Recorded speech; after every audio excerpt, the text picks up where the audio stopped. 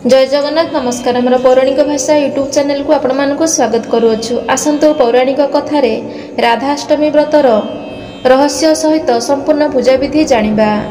एही वर्ष पवित्र राधाष्टमी व्रतटी सेप्टेम्बर 11 बुधवार पड़ुअछि। एही दिन अष्टमी तिथिटी राति 11:41 पर्यंत एवं बिछा नक्षत्रटी राति 9:57 पर्यंत रहुअछि। भिडियोटी को समस्ते शेष पर्यंत देखंतु, बहुत दिव्य सूचना अच्छी जानीपारे। साधारणतः भगवान श्री हरि विष्णु विभिन्न जुगरे विभिन्न अवतार अवतारित होइछन्ति। सेही जुगमानंक मध्यरु भगवान श्री हरि विष्णु द्वापर जुगरे श्रीकृष्ण अवतार एवं देवी माँ महालक्ष्मी श्री राधाराणी अवतार भाव भक्ति स्नेह श्रद्धा प्रेम लीला रचना करिबा पई अवतारित होइथिले। देवी राधाराणी द्वापर जुगरे भाद्रव शुक्ल पक्षर अष्टमी तिथि अनुराधा बिछा नक्षत्र मध्याह्न समय वृषभानु एवं कीर्तिंक कन्या भाव धरापृष्ठ को आसीथिले एवं देवी राधाराणी पद्मफूलरु जात होइथिले। जेपरी भगवान श्री हरि विष्णु अष्टम अवतार श्रीकृष्ण अवतार ग्रहण करथिले, ठीक सेहीपरि देवी राधाराणी मध्य माँ महालक्ष्मींकर एवं सीतांकर स्वरूप अटंती। एही पवित्र भाद्रव मास कृष्ण पक्ष अष्टमी तिथि महाप्रभु श्रीकृष्ण जन्म होइथिबा बेले शुक्ल पक्ष अष्टमी तिथि देवी माँ राधाराणी मध्य अवतारित होइथिले। वास्तव में श्री राधाराणी भगवान श्रीकृष्णकर अंश एवं शक्ति स्वरूपिणी अटंती। तेणु एही पवित्र राधाष्टमी व्रत दिन उभय भगवान श्रीकृष्ण एवं देवी राधाराणी को एकत्र पूजा आराधना करा जायथाए। एही राधाष्टमी व्रतटी पालन कले, व्रत कथा श्रवण कले जीवन सुखमय होइथाए, घरे धन धान्य वृद्धि होइथाए एवं माँ महालक्ष्मी कृपा सदा सर्वदा घरे रहिथाए। शास्त्र अनुसार देवी श्री राधाराणी को जे पूजा आराधना करती नहीं, भगवान श्रीकृष्ण मध्य तांकर पूजा ग्रहण करती नहीं एवं भगवान श्रीकृष्णकर जन्माष्टमी व्रतटी जो माने करिथांती ताहा निष्फल जाइथाए। अर्थात जन्माष्टमी व्रतटी जो माने करुछंती निहाती भावरे राधाष्टमी व्रतटी करिबा उचित, तेबे जाई उभय व्रतर पुण्य प्राप्त होइथाए एवं व्रत उपवास सफल मध्य होइथाए।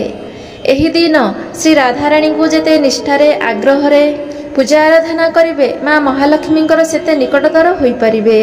माँ को कृपारु घरे सुख शांति ऐश्वर्य मध्य वृद्धि हेबो। तेणु एही दिन राधाष्टमी व्रतटी उभय स्वामी स्त्री मिसिकी करिले उत्तम फल प्राप्ति हेबा सह अनेक जन्मर पुण्य अर्जन करिथांती। साधारणतः एही दिन व्रतधारी माने प्रातः समय रे श्री राधा माधव मंदिर को जाई भगवान श्री राधाकृष्ण को दर्शन करी व्रत रखि थांती। घरे मध्य एही दिन श्री राधाकृष्णंकर किछि विशेष पूजा आराधना करा जायथाए। समस्त व्रत उपवास परि एही दिन मध्य प्रभातरु निजर समस्त नित्यकर्म समापन करी निजको व्रत पई प्रस्तुत करिबा उचित। एही दिन घर ठाकुरंक घर वृंदादेवी आस्थान को भल भाव सफा करी सेठारे धला मुरुजर झुटी सहित पंचमुरुजर झुटी आंकिबाकू होइथाए एवं प्रातः समय नित्य पूजापूजी कर्म सारिबाकू होइथाए। जदि घरे उभय राधाकृष्णंकर जुगल मुक्ति रखिछन्ति तेबे उभयंकु हलदी गंगाजल पंचामृत एवं दिव्य सुवासित गोलाप जल शंख द्वारा स्नान कराई दिव्य आसन बा खटुली रे विराजित कराई श्रृंगार कराइबे।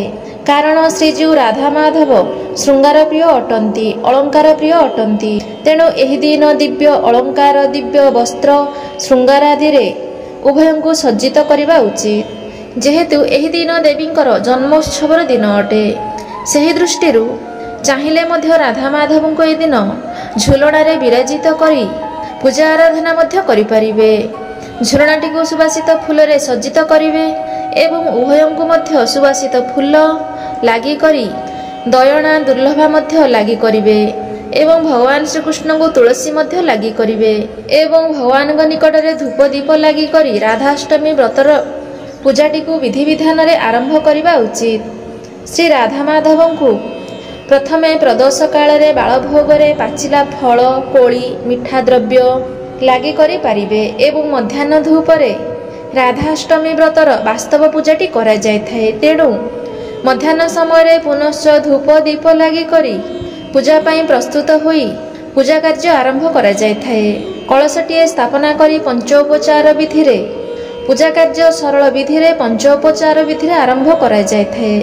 ଏହି ମଧ୍ୟାହ୍ନ ସମୟରେ ଭଗବାନଙ୍କର ସମ୍ମୁଖରେ ତମ୍ବା ପାତ୍ରୀ କିମ୍ବା ହସ୍ତରେ ଜଳ, ଅରୁଆ ଚାଉଳ, ଗୁଆ, ରାଶି, କୁଶ, ଶ୍ଵେତବର୍ଣ୍ଣର ପୁଷ୍ପ, ତୁଳସୀ ପତ୍ର ଇତ୍ୟାଦି ଯାହା ସଂକଳ୍ପର ଦ୍ରବ୍ୟ ଅଟେ ଧାରଣ କରି ନିଜର ନାମ, ଗୋତ୍ର, ଦିନ, ବାର, ନକ୍ଷତ୍ର ଇତ୍ୟାଦି ଉଚ୍ଚାରଣ କରି ବ୍ରତ ସଫଳ ଉଦ୍ଦେଶ୍ୟରେ ବ୍ରତର ସୂଚନା ରଖି ସଂକଳ୍ପ କରି ପୂଜାଟିକୁ ଆରମ୍ଭ କରିବା ଉଚିତ।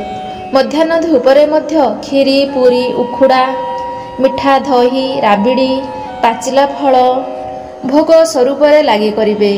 ଏହା ସହିତ ପୂଜା ସମୟରେ ଯେପରି ଓಂ କ୍ଲିଂ କୃଷ୍ଣାୟ ନମଃ, ଓಂ ନମୋ ଭଗବତେ ବାସୁଦେବାୟ, ଓಂ ଶ୍ରୀ ରାଧାକୃଷ୍ଣାୟ ନମଃ ଏହିପରି କିଛି ଦିବ୍ୟ ମନ୍ତ୍ର 11 ଥର, 21 ଥର କିମ୍ବା 108 ଥର ଜପ କରିବା ଉଚିତ। ଏହି ମନ୍ତ୍ରଗୁଡ଼ିକ ବା ଭଗବାନଙ୍କର ନାମ ସାଧାରଣତଃ ଯଦି ଘରେ ତୁଳସୀ ମାଳ ଅଛି ତେବେ ତୁଳସୀ ମାଳି ଦ୍ୱାରା ଜପ କଲେ ଅନେକ ଜନ୍ମର ପୁଣ୍ୟ ପ୍ରାପ୍ତ ହୋଇଥାଏ।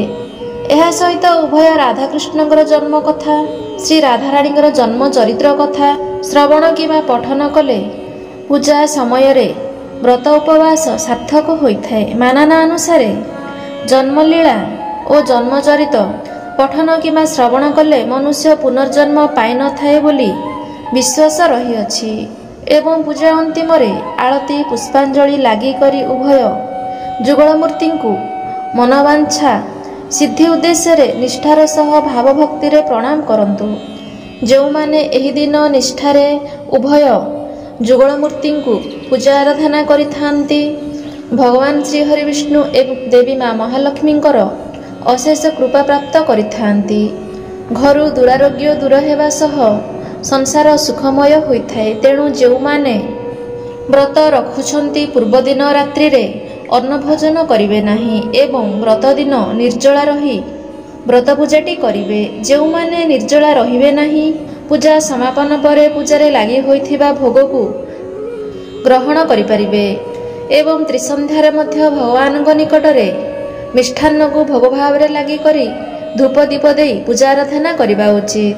ଅଷ୍ଟମୀ ତିଥି ଯେଉଁ ସମୟ ପର୍ଯ୍ୟନ୍ତ ରହିବ ସେହି ସମୟ ମଧ୍ୟରେ ହିଁ ପୂଜାଟି ସମାପନ କରିବା ଉଚିତ। ଯେଉଁମାନେ ବ୍ରତ ରଖୁଛନ୍ତି ଏହି ଦିନ ବ୍ରାହ୍ମଣଙ୍କୁ ଅନ୍ନ ବସ୍ତ୍ର ଦାନ କରନ୍ତୁ, ଗୋମାତାଙ୍କୁ ଖାଦ୍ୟ ଦାନ କରନ୍ତୁ, ଅଶେଷ କୃପା ପ୍ରାପ୍ତି ହେବ ଏବଂ ଏହି ଦିନର ପୂଜା ସମାପନ ପରେ ତ୍ରିସନ୍ଧ୍ୟାରେ ଭଗବାନଙ୍କୁ ପୂଜା ଆରାଧନା କରି ବ୍ରତ ପୂଜାଟି ସମାପନ କରିବେ। ଯେଉଁମାନେ ଏହି ଦିନ ବ୍ରତ ରଖୁଛନ୍ତି ସାଧାରଣତଃ ପୀତବର୍ଣ୍ଣର ବସ୍ତ୍ର, ନାଲି ରଙ୍ଗର ବସ୍ତ୍ର ପରିଧାନ କରନ୍ତୁ, କଳା ରଙ୍ଗର ଆଦୌ ବସ୍ତ୍ର ପରିଧାନ କରନ୍ତୁ ନାହିଁ। ବ୍ରତଧାରୀ ଏହି ଦିନସାରା ଭଗବାନଙ୍କର ନାମ ଜପ କରନ୍ତୁ, ନିହାତି ଅଧିକ ପୁଣ୍ୟପ୍ରାପ୍ତ ହେବ।